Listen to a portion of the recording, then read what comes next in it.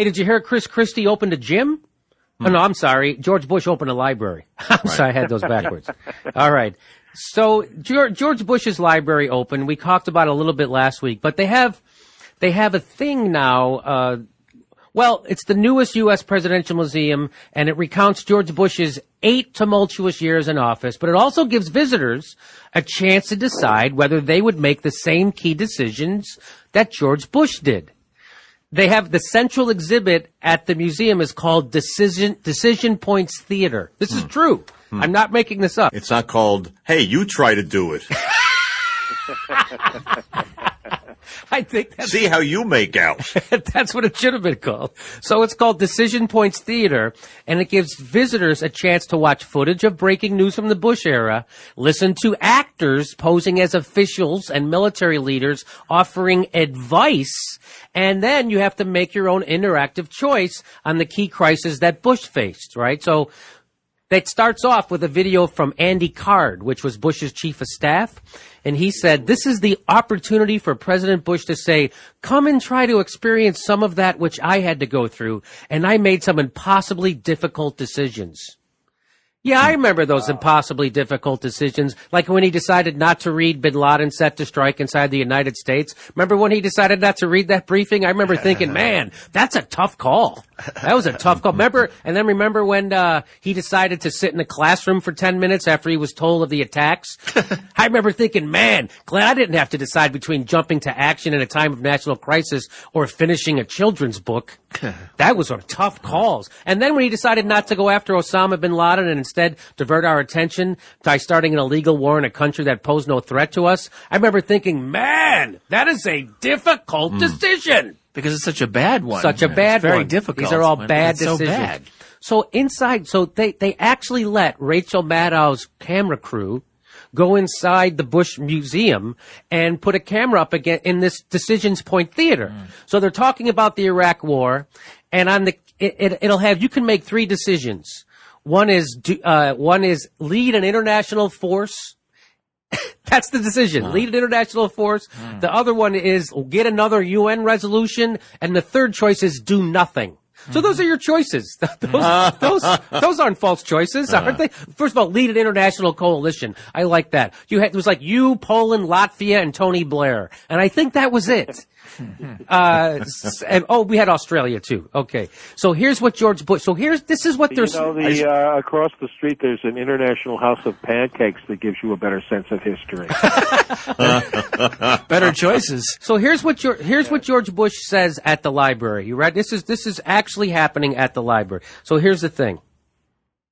The stakes were too high to trust the dictator's word against the weight of evidence and the consensus of the world. Saddam posed too big a risk to ignore. He had used weapons of mass destruction in the past, showed every sign of continuing to pursue such weapons, and supported international terrorist organizations. The world was made safer by his removal. With his departure, 25 million Iraqis have the chance to live in freedom and build a free society. The new democracy in Iraq can be a valuable ally in the heart of the Middle East and a beacon of hope to reformers around the world. Wow, so that's George Bush. It was a big success over there. Now 25 million Iraqis are free. They have liberty. Iraq is now an ally of the United... None of that's true, by the way. None of that. They're not an ally. How that region has just stabilized. Completely. Oh, yeah. So here's the Chief of Staff to Colin Powell, Colonel Lawrence Wilkerson. Here's what he has to say how Iraq is doing today. Ready? Today, and let me just say, Iraq is a mess today. It is an absolute mess. You've got the Saudis funding the Sunnis in a resurgence of the civil war. You've got Maliki in the back pocket of Iran. So what we have, as George Bush doesn't tell you in his library, is an ally of Iran in Iraq now. You got the Kurds about to establish their own state in the north, and Iraqis who know anything about their country predicting it'll break up in the next 4 to 5 years. So that's what George Bush did for Iraq. Okay, but it was great that we got 4 presidents to come and blow smoke up his ass last week. It was great. It was great that Barack Obama stood there and told us what a great guy he was a week after the bipartisan commission said he was a war criminal. And that it was the thing is when they were all those presidents were talking about how great George W. Bush was, it was the only time that they were bigger liars than George W. yes. Bush. Yes, you're exactly right.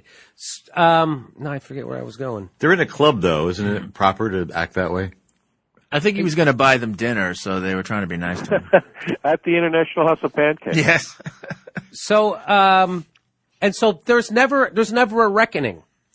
You know, No, there's no. never going to be a reckoning unless he goes outside the country. Then I guess they'll arrest him. You know what? Millions of, well, not millions, but thousands of innocent people died because of his inept decision making, and his punishment is that he gets to paint puppies now. Yes, that is his punishment. So it's the same old,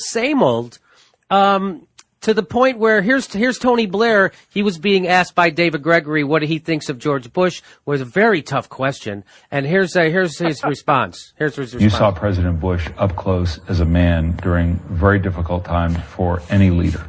Talk about your relationship, what it was like to sit there today, and this moment of finality, even for a former president, the dedication of his library. Wow, tough question.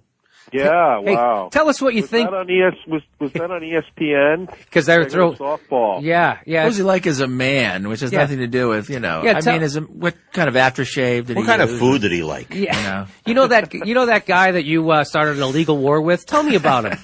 But as a man. Tell me about him as a man. Here's what Tony Blair has to say. Well, I thought it was a great advertisement for America today, by the way. I mean, you had 5 presidents, including President Obama, and all behaving with a sort of graciousness and civility towards each other. I thought was fantastic. And President Obama actually put his finger on it when he said, it's impossible to know George Bush and not like him. So, Yes, it is impossible to know George Bush and not like him. But if you know what he did and you still like him, you're Donald Rumsfeld. Yeah, That's the only answer to that. Okay, and he has that's why not knowing George Bush is a much better thing. Much better. If you I would don't prefer know that, him, yeah. You know that he's a dick. You know what, though? You leave that library thinking he was a great man. He was a great man. Right?